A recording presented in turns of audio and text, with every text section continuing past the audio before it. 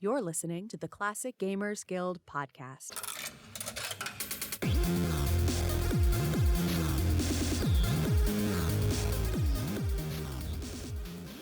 Hello and welcome to the Classic Gamers Guild podcast. I'm your host, Anna. I'm here with your other host, Paul, and we are here, no surprise, to talk about classic games. Sound about right? Yeah, that sounds right. That was actually our first idea for this week's episode. We're like, let's talk about old games. Ooh, for a change, though. No one's really doing that, are they?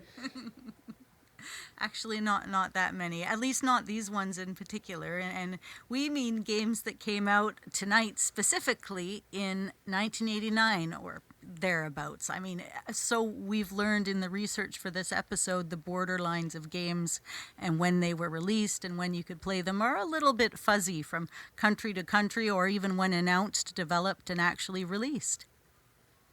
Yeah, and this gives everyone a little insight into our, process. To sound like a douche about it. We say to ourselves, let's talk about old games. And then we're like, how about bloody one of the years in which games are now old? And then it's 1989. Yeah, that's the genius of it. And into an idea like this. No, but the truth is we just wanted to every now and then just stop in and focus on a year in classic gaming. In this case, we're going to start with 1989. And, every now and then just do an episode and kind of showcase the year and talk about the games that came out, any significant advances that might have happened that year. I don't really think that's this year, spoilers. But if it was like 90, or I think that's when King's Quest V came out and CD-ROM mixed up Mother Goose something. I'm not going to edit that out, so, we're all just going to have to try and make sense of it. When things started coming out, didn't they start coming out in CDs around that time too? Like, instead of them throwing 18 discs at us, things slowly started coming out on CDs over the next couple of years, but not in 1989. Back then, Right. It was all disc, baby. If there was something that happened this year, we would tell you, but there wasn't. But there was lots of other great stuff, so don't, bloody turn the channel, because we do have some good stuff for you. Here's where we could start. And you kind of picked 1989. I really like the year too, so I didn't put up any friction or a fight or whatever. But why did you pick 89? I think it's because it's the first year I was super sentient and really starting to understand and grasp what I was playing and what I was doing on a, that higher level where you actually remember it when you're grown up. So okay. the games I played in that year had more meaning to me. Got you. Okay. Ooh, I'm going to have to be more coherent than I have been so far, because you're giving good answers. Wasn't prepared for that. Well, and it was before everything turned to point and click and stuff. It was the last true year of the games that I enjoyed, that were a little bit later than the early, really hard games like King's Quest 1 and 2 and even Space Quest 1, but a little bit earlier than the games where they started holding your hand a little bit more, like King's Quest 5 or Leisure Suit Larry 5. Okay, there it is. There's the root. So 1989, it represents something for you. Yeah, it's more the year of where everything paused when you typed, where you could bring up what you typed with a space bar. The games were a little bit smarter, the graphics were really, really pretty, and nobody held your hand. Yeah, I love how much the typing with the pausing comes up in our conversations on this podcast. It's so it's important funny. to me. Yeah, it's funny how absolutely relevant that is in our lives. I still sit firmly on the fence because I like how it doesn't pause, so you can type things like open door on your way to the door, but I like how it does pause because it's not panicky. I am an F3 hoverer with the earlier games. I usually have whatever I'm doing prepped in because I've played the game before, so I probably know what's coming up, or I just died, so I know what's coming up. And then it'll just sit there and I'll hover and then I'll F3 at that moment and then it's all ready. And I feel less stressed out that way. Plus now we play them so fast. The games go so fast. To play it as slow as we played it when we were kids and typing, it's so unbearably slow, but it gave us as kids time to like type shit too. Yeah, yeah, exactly. Yeah, well, I'm gonna make this like 20 seconds of the episode because I accidentally spent an entire episode talking about SCI Zero with you recently. I'll just warn everyone, this is the year of SCI Zero, basically, 1989. So for me, it's kind of the same thing. It was just, I don't know, peak. If I was looking at adventure games specifically, or even more specifically Sierra, which, I mean, I'm always looking at adventure games specifically. That's, obvious by now. Unless you're a first-time listener, in which case, hello. Hope you like Sierra. Or adventure games, or both. A lot. Well, it was a good year for music too. You had the Roland MT32 support, right? And okay, back in the day, they used to send you a tape if you're like, hey, I don't have that kind of. I'm using a PC speaker, and I don't know why in the world I want to get it. And then you can write them a letter and send them the money for postage, and they'll send you a cassette in the mail that shows you how the game sound could sound. I thought that was like a great little advertising technique. Oh yeah, so good, so good. So it's such a warm and fuzzy part of back in the day, back in our day, things like that. I remember as a kid. My dad, when he was a kid, used to write companies letters, and he had me do the same thing. And in return, like if you were to write a company a letter as a child, they would send you stickers back, and it was just so wholesome and cool. Like I got stickers from like STP, not the bloody band, they weren't around yet, but the oil, stuff like that. Yeah, it was just such a cool time. And if back in the day you did send away for one of them cassette tapes, go ahead and put it on eBay for like $4,000 because it'll probably sell. I know, I'm always curious about people that received stuff from Sierra. I want to hear about all the people that won all the contests, like the college scholarships, the trips to London. Like, show me some photos from your trip that you won from Sierra. Like, wouldn't that be cool? I would love that. Who went to Sherwood Forest? Who bloody won that trip to England? I want to know so badly. If you took the money, I'm going to be very disappointed. Yeah, no, that wouldn't be a good story at all. But yeah, 89 was the beginning of that, and Sierra was well into their little relationship with Japan at the time. You're getting cool games like Thexter. You're well into that stuff. It was just such a cool year. It was. And I'm gonna start my saying of words at you and everyone else by starting with not adventure games, because I never do that. So let's just kind of get it out of the way. It's going to be uncomfortable for everyone. Bloody Bonk came out. I do like Bonk. That's a great game. Me too. Big head, fun game, so satisfying. Had it on Nintendo. Yeah, and in a recent episode, I said to Rick, nobody played it because nobody had one. But if I'm being actually honest, I kind of actually did have a TurboGrafx. Sorry for context. TurboGrafx 16. Yeah, it was my Wow. big brother's, but obviously, I had access if I wanted it bad enough, I guess. You just must pay. Yeah. And all I remember is Bonk and Splatterhouse. Bonk was good. I remember really enjoying that game. I never owned it, though. I rented it from Crazy Mike's Video.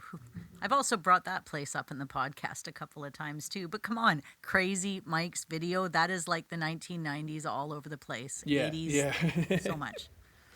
Yeah, I captured, I don't know. It was also kind of, I was just going to say that 1989 was kind of peak 80s, but I think like 1992 was peak 80s. Yeah, the early 90s, when you look at photos, was so much more 80s than the actual 80s were, like, by far. Yeah, exactly. Like, our memory of a lot of the 80s tropes was really like a 90 through 92 or 3 thing. Mm-hmm. Up Which until is Nirvana. kind of the age where we're like, well, then everything changed, of course. But no, 1989 was great. Prince of Persia. I thought I was actually younger when I started playing it, but clearly it didn't come out till 89. But that game was so hard and so good and all rotoscoped, and it looked so pretty, and the movements were so fluid, and having played games like Karateka, I was just super prepped for a game like that. I don't know if you played the original Prince of Persia. I did, yeah. We still had Macintosh at the time, Like we didn't switch to PC until I think 95. So the sprite of your character in the Macintosh version is the sprite that you would get of your character in the sequel on the PC. He's got the turban Really? on. I should have started with that. Yeah. Oh, okay. I didn't know that. And so just recently I played the DOS one for the first time ever. It was like after I built like a 46, I turned it on and I didn't get that like sweet dopamine nostalgic kick. And I was like, what's going on here? Like it's Prince of Persia. I'm trying to get excited about it, but it's not happening. And I kind of did the math and Googled it real quick, and sure enough, I was like, oh my god, yeah, I played a totally different version. He looks a lot better in the Mac version, just because it is like a newer sprite they plugged into the older version of the game, I guess. Oh, funny. So it was like going backwards in time. I felt that way about Tapper because, like, originally I played the alcohol Tapper game, but, like, when I went and replayed it later, it was the root beer Tapper, and it was just a little bit different. So not quite right. Yeah, not quite right. And I should redact my previous statement. I said it does look better. That's clearly just because I played that one. So I'm sure everyone listening that disagreed with that, who played with the DOS version, I didn't mean to alarm anyone. I'm sorry. It was a selfish comment. I'll do better. They all turned it off right then. They never heard your apology. Angry emails incoming, Paul. Prince of Persia, as you already said, it's a really good one because it's, one of the 3 bloody non-adventure games I allow into my life. So I'm not proud of the ones I've got here because I haven't played them, but just so you know, because you might have, that's right, you, John, you, Michael, just say some bloody names. Yeah, eventually I'll hit one of them. On it. Yeah. But we had Phantasy Star 2, so that's a game. A Boy and His Blob. Did you ever play that with like the jelly beans? They remade it recently, but like I rented it on Nintendo. It was actually really freaking hard. No, I'm looking it up now. I've got so many bloody tabs open. Okay, Boy and His Blob. So good. Let's find out what that's about. Yeah, the little blob changes into things. Like he'll be a ladder or a little trampoline. I'm not getting any familiarity. That's gonna just have to work. When I look at A Boy and His Blob. It's cute though, right? I mean, it looks cuter than it is, but really it's quite frustrating. But it's a great game. Have to try it out. I do mess around with old Nintendo games on my phone's emulator. Oh yeah, do so. It doesn't really now. Like when I did the more modern version of it, it kind of held your hand, like do this to do this. But like in the original, it doesn't tell you what color jelly bean does what. You just need to like learn as you play by seeing what he's like, and then you select through and you pick. Oh, that's pretty cool. Yeah, I'll have to legally acquire this and then try it on my phone. Yes, So the one time I don't play adventure games is like on the emulators, because you can't really play an adventure game and go to the bathroom, That's more of like a commitment. Like you don't have like 3 hours, for example. So a quick bathroom break. You could save it up, not go to the bathroom for a week. Yeah. And do it all at once, but then you have like a few hours to get into the game, Yeah. Light some candles. Bloody make it for you, It's a date Take a for moment. yourself. It's special. But anyways, we're sure all of us play various games on the toilet, probably not adventure games. If you do play adventure games on the toilet, well, good for you. It takes determination. Yeah, no, we're proud of you. Can I stop talking about non-adventure games now? Because I got nothing else. What about this? Have you played The Lost Dutchman's Mine? I haven't played it, but now that I know it existed and it came out and it's an adventure game from 1989, I really, really want to play it. No. I'm just seeing this now. I thought, okay, yeah. Well, it's funny because there's El Amo in The Dutchman's Mine, right? That you had played? Oh, yeah, Alamo and The Lost Dutchman's Mine. That's a great Thanks. game. Yeah, I wonder if, what the connection is there, if any. No, I don't think much of any. But I could be wrong because I haven't researched it. So, but yeah, it's an adventure game. It looks cute. It's right up my alley. I love watching documentaries about the Lost Dutchman's Mine and all that. It's a good story. So. Oh, see, that's what I didn't know that. So it's like it's like an established tale. Yeah, it's a real thing. The treasure has never been found. It's like in the Southwest U.S. Oh, okay. I had no idea But about this. every year people have been searching for it, and like so many people have died looking for it. But this treasure is supposed to be massive, so whoever ends up finding it is going to be like damn fine. So That's pretty cool. Okay. No, I had no idea it was a real thing. Now I get it. They're just yeah, you can go making down the games. YouTube rabbit hole and watch Leonard Nimoy talk about it in Search of or something. It's just great. I'll have to try that. I just watched Leonard Nimoy try to talk in Australian recently. That was fun. Really? What Yeah. was that on? It was horrible. Honestly, I don't remember. It was a TV show. But I don't know. Yeah, it's not even worth looking up. It's just not a good No. time. That's funny. No, we ordered the whole DVD, all 145 episodes of In Search of from Amazon because they re-released it in 2012, and we've just been watching nothing but that all week. It's flippin' amazing. But that has nothing to do with 1989, but I tell you, it's really fun to watch. It's like history itself. I love seeing what they got wrong. You're like, that did not happen. We are not underwater. Okay. How about Hoyle's Book of Games? Like, who did not want to play cards with their favorite game characters when they could be a little bit catty to each other, right? 89 was great. I used to love Hoyle. Yeah, and it was funny because that's 89. I also have down here was Solitaire and Minesweeper came out that year as well. Oh, Which is yeah, I didn't know that. I guess I guess they're oddly iconic, both of them. The I was gonna say we had the Atari Lynx growing up. I don't know why I said we. I did, and I really liked it. I recall a trip to like San Francisco and having it with me on like a tourist kind of vacation there, whatever holiday.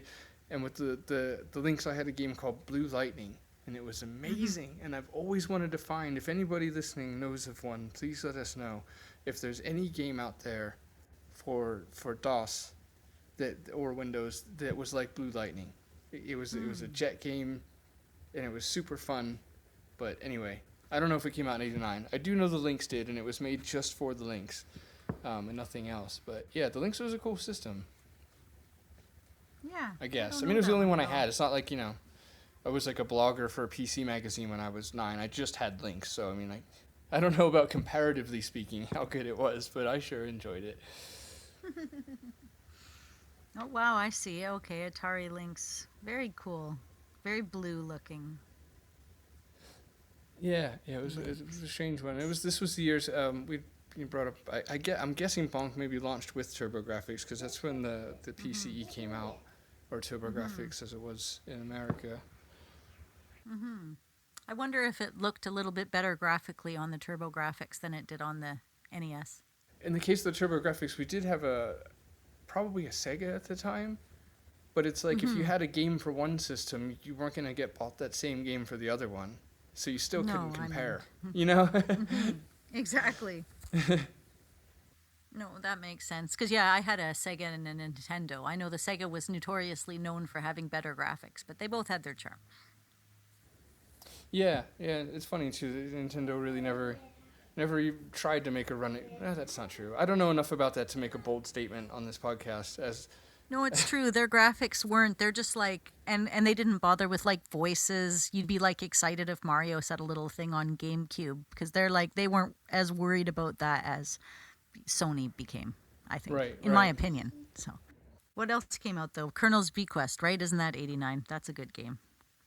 Yeah. That's like that set the mood for like so many other games later on. That one was pretty groundbreaking, if you ask me.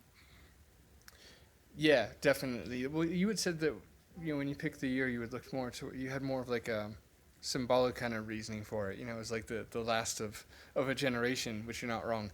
But I think for me, when I go to pick a year, or at least when I thought of '89, the first place I went was game related.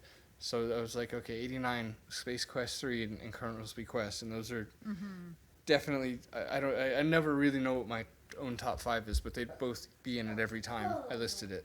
Probably. I'm not good. I don't commit to lists very well. But yeah, I mean that alone makes it like a legendary year to have two of like two all-time favorites in the same year being Space Quest 3 and Colonel's Bequest. That's kind of bloody case closed. And I'm sure like so many people are going to listen to this episode and be like, well, actually, this came out in this year or this came out at the beginning of 1990. We get it. I mean, 1989 ish. Heavy on the ish. Yeah, Right around that time. Because, that's the kind of podcast we are. We don't want to exactly. like mess you over with facts and data. We're a very ishy podcast.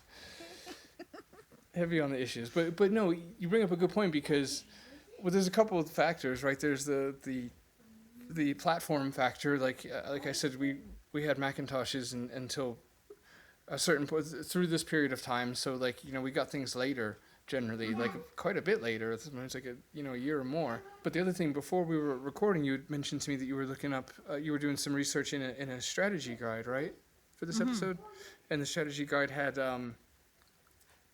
not necessarily even incorrect data, but the guide wrote it down as how they probably were told it was going to be. And now in hindsight, we look back and you were like, well, it has Space Quest 3 for 1988. So the two of us were just kind of talking before the show and saying, like, maybe from reading Sean's book, The Sierra Adventure, go bloody buy it from Sean Mills, it's awesome, and Ken's book as well, Ken definitely wanted a flagship game out for Christmas, and we looked up when Space Quest 3 came out, and it looks like the first release was March 23rd, I believe. Like March? Who does that? Right? Yeah, right. It's a weird time of day, and I remember reading in Sean's book as well that maybe it was even when he was on our podcast that I remember this from.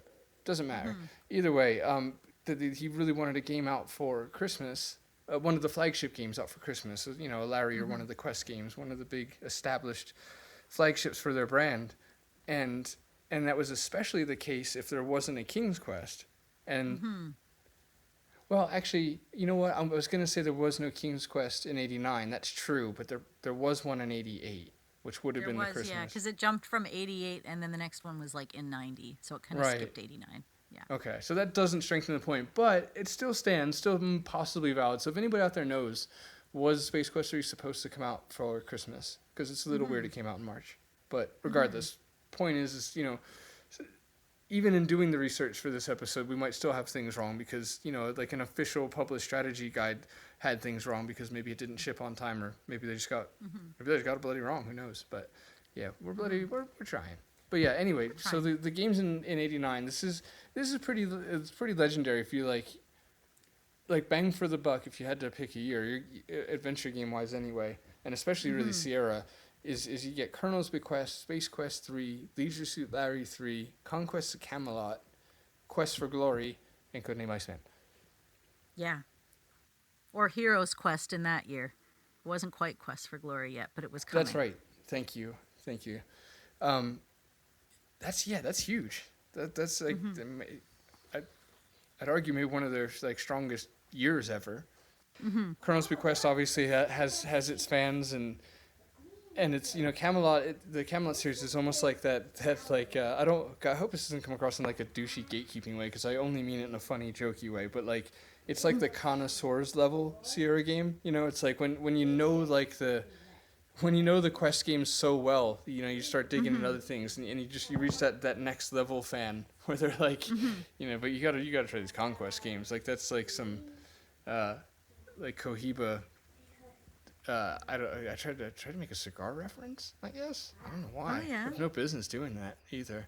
Like a Romeo and Julieta, or Yeah. a really nice Cuban. Joyo de Monterrey. Yeah, like that. That's fancy for the hole in Monterey. I think the joke fit. Nope, that was good. But it was a great game, and it had great riddles in it. I mean, it was well researched. Christy Marks was just so good at facts and had experience entertaining the masses doing a show like Gem. So she knew what she was doing, and I have always remembered Conquest of Camelot so strongly because I figured out all of the riddles myself and with my family because you couldn't look it up, and I was able to finish the game. And to me, that felt really good. Yeah, Camelot for me, like I'm saving it in a weird way. Like that one kid when everyone got handed a piece of candy in class, there was always that one kid that like didn't eat the candy right away and they saved it until everybody else ate theirs and then they took it out like a dick. Um, that's what I'm doing right now with Camelot, because I've realized that I realize I'm going to like it. These are facts.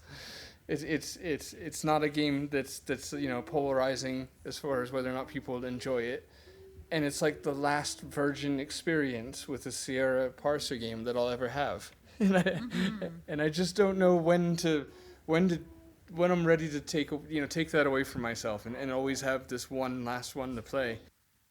Oh, yeah. Well, when you do, it's worth it. It even recently, I was watching one of the guilders from the Classic Gamers Guild Facebook group doing a stream about the game. It was just even just to watch somebody play it again felt so good. It's such a pretty game. And I should say too, I actually haven't played Iceman.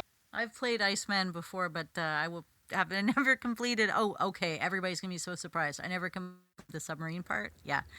And then that was it. I just put it away, and I never finished it at all. So that was it. But like Manhunter too, I really liked Manhunter, but I never got past the part where he had to do the knife thing on his hand and not get his fingers. And I think I didn't end up finishing it till much later. Right. Yeah. Well, and the reason I left Iceman off of that perhaps overly romanticized sentiment I have about saving Camelot. Not like saving Camelot in a heroic fashion. It's a different game. Or anything remotely physical, yeah. But the reason I included Kodman is just because while I just recently heard from Alistair and Sean McCauley and Alistair, oh no, I don't know if I'm confident in saying your last name, mate. Gillet? Gillet? Is it, if it's French origin, I wouldn't say the T, so that'd be like Gillet. Which it's not, because of how that sounded. Oh God, unless it is, then I just insulted it. Let's just stop. Alistair and bloody Sean in our groups has kind of stood up for Iceman, and I respect Sean's opinion on a lot of things. So I was like, really, you liked it? Because that makes me excited to actually play it. And he said that it wasn't good for being Iceman. It was just good. Like he just liked it. So and Alistair backed him up. I'm like, okay, so if people like the game, I can like it too. I like liking things. I like that. Somebody said that to me about Manhunter 2, which is another game that came out in '89. It was Jamie from the guild, and she's like, yeah, I mean, it was good. It was actually even better than 1. There was some improvements. So, I mean, it's one that I haven't played at all yet. I didn't even know there was a Manhunter 2 until a few years ago. Right, yeah. I will say, too, the other note I had written down was that it was a really quiet year for Lucas, in the sense that they only had Indiana Jones and the Last Crusade, which I adore. I really like that game. Yeah, it's pretty. It is. Great call, yeah. I think because it's based in the real world, it doesn't get praised for its art enough. There's nothing, sci-fi or fantasy or, kind of outstanding, but just the way they capture the feel of the movie and the scenes from the movie, it's like, for me, that game got the closest to me feeling like I was in a film. Like, it really felt like I was playing out the movie. Yeah. Yeah, exactly. And it was a great way to get somebody into it. I mean, if you've seen the movie and you haven't played the game, maybe you're not into it. It's kind of a nice introduction into that world. Yeah, exactly. Yeah, it really is a nice introduction in the Indies world. They make them really likable. I adore that game. I'm a little hard on it now because I think because maybe it's a Lucas game and it makes mistakes, so it's like it feels like one of the more dated Lucas games, I guess is what I'm saying, which is not really fair because it's still not as brutal as a lot of Sierra games, so it's kind of unfair to do that to Last Crusade, but I will say specifically the bloody and Chad Armstrong brought this up in the Facebook group as well. He'd recently played through it and mentioned the bloody Zeppelin part and fighting in the castle. If they were just nixed from that game, it'd be one of my favorites ever. Like that game's amazing, but whenever I go to you kind of tease the idea of replaying a game, run it through your head. What's that? How's it play? What's that going to be like if I do that? And every time I run the scenario through my head, I'm like, the Zeppelin and the bloody hallways and the castle. I hate it. I think they do that sometimes. I feel like that sometimes I'm just like, I get it. I want to play it and I respect the arcade sequence. But like in this LucasArts games, maybe I just want to click a skip button. Where's the skip button? Even in some Space Quest games, they're like, you really don't want to do this? Okay. They're a little nicer. Yeah, no, exactly. Yeah, I have that problem with the Space Quest series in general. It's for anyone who's been listening, they very much know how much I love Space Quest, so I don't have to at all preemptively set this up, which I guess I just did, so that doesn't count. But anyway, but the one thing that always keeps me, we had recently kind of brought up the notion of what makes a perfect game when we were discussing Fate of Atlantis, and none of the Space Quests could qualify because they all have they just all have a mistake in them, like a maze. The Space Quest 5 really stands out because that I wanted to call a perfect game, but the maze at the end of that is it's not perfect. It shouldn't be there. It's definitely like, what if the customer got through this too quickly? Yeah, Okay, what if we need to extend the game by another 3 to 4 hours? Yeah. How can we do that? And I think Trolls had brought this up recently, where he mentioned the maze, and it just kills the pacing. And it's true, like, oh, the Space Quest 5 is great, and then all of a sudden, like, even with a walkthrough, it takes a while, you know? Yeah, exactly. Like, even with the walkthrough, those kind of mazes are stressful, because you're like, okay, so you look down at the walkthrough, and you try and retain as many steps ahead as possible, so you're like, left, right, forward, left, and... Yeah, and then you're like, did I do the forward left, or did I just do the first left? Ah, shit. Yeah, exactly. Exactly. Take a stab at it, swing and a miss. But anyway, sorry. No, not at all. I'm just thinking about all the things that were happening. Like Sierra was going heavier into home productivity software at that time. They were starting to delve further into merch, t-shirts, and all that other stuff too. It was kind of a big year where they were really trying to branch out and expand their audience as well. Yeah, it was a huge year, and to your point, exactly. With I think Heroes Quest kind of is the shining example there. The fact that they got it out this year, because that was Ken blatantly wanting to expand his market. Yeah, and I mean, taking a footstep from Richard Garriott's page, looking at RPGs as well, and so many influences, as we've talked about with the Coles on that there never has been, and there never will be anything else like that series. So I guess before we wrap up, I will just for fun mention a few things that happened on like the techie side of 1989. Some bloody releases and stuff. Like we had Wankworm was first detected in 1989. I just wrote that down because it sounds fun. I guess it's a virus, but the ones that you might actually recognize would be like Corel, first released Corel Draw in January of '89. Which was my everything. Like, literally, I still have Really? the keyboard commands memorized, and I did all my stuff in Corel and Corel Draw. And then my mom branched off into, like, some Adobe stuff later, even though we ran PC, so it was, like, super expensive because, like, as you know, it's, like, totally a Mac program. But Corel was my everything, and I ended up going into WordPerfect, of course, being the natural follow-up. Corel Yeah. WordPerfect. Yeah, that's so good. WP. So good. Reveal codes. I always worked in reveal codes, F3, all the time.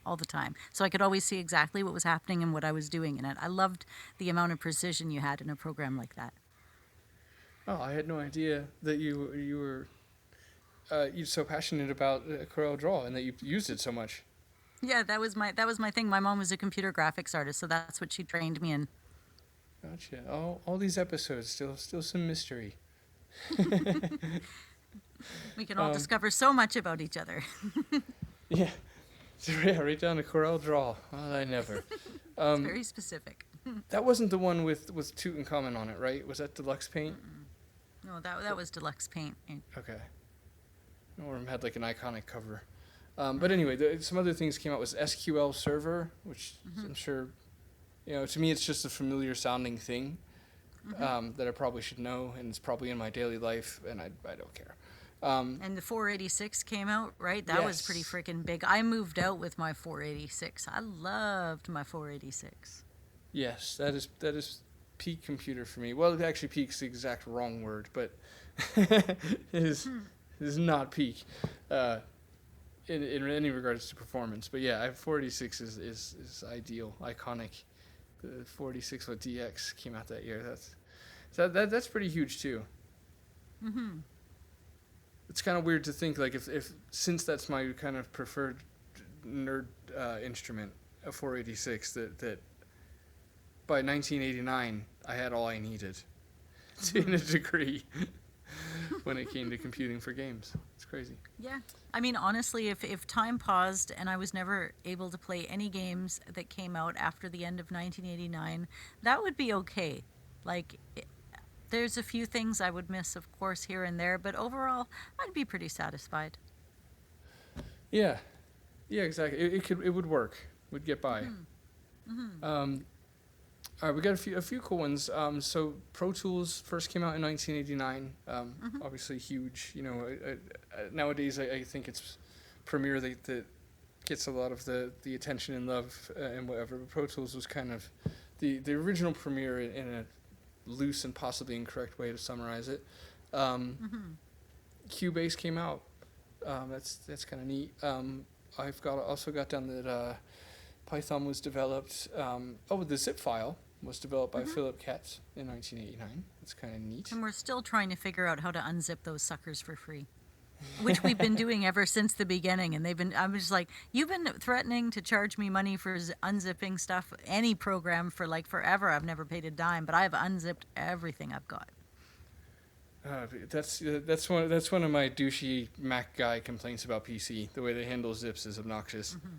It's really annoying because even when it's free, because I have to use both operating systems on a daily basis, and I prefer Mac, but I have to use Windows for a lot of things. But like, even the free ones like pzip or whatever, like they make a thing about it. Like it opens up with like a menu, and you got to click OK, and then you know, tell it where to download it, and then once it's done unzipping, you have to close another box acknowledging that it's done.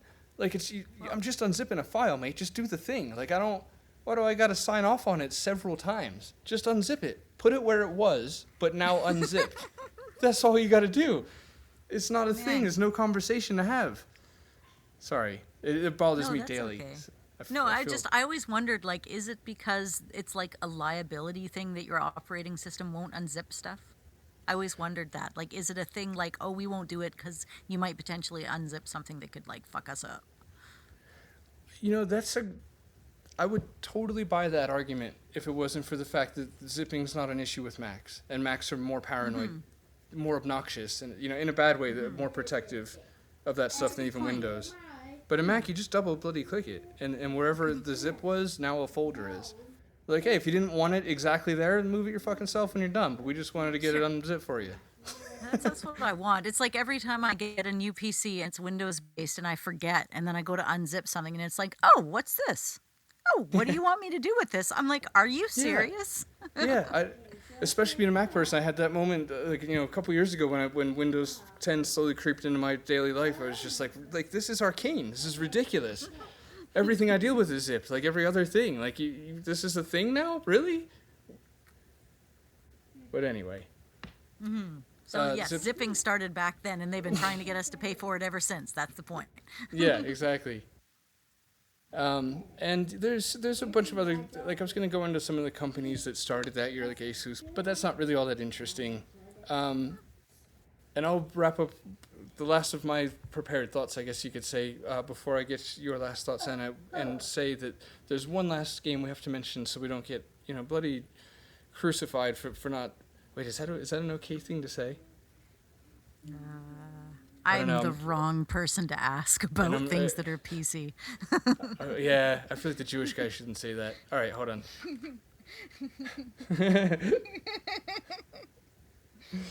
Damn it. Okay.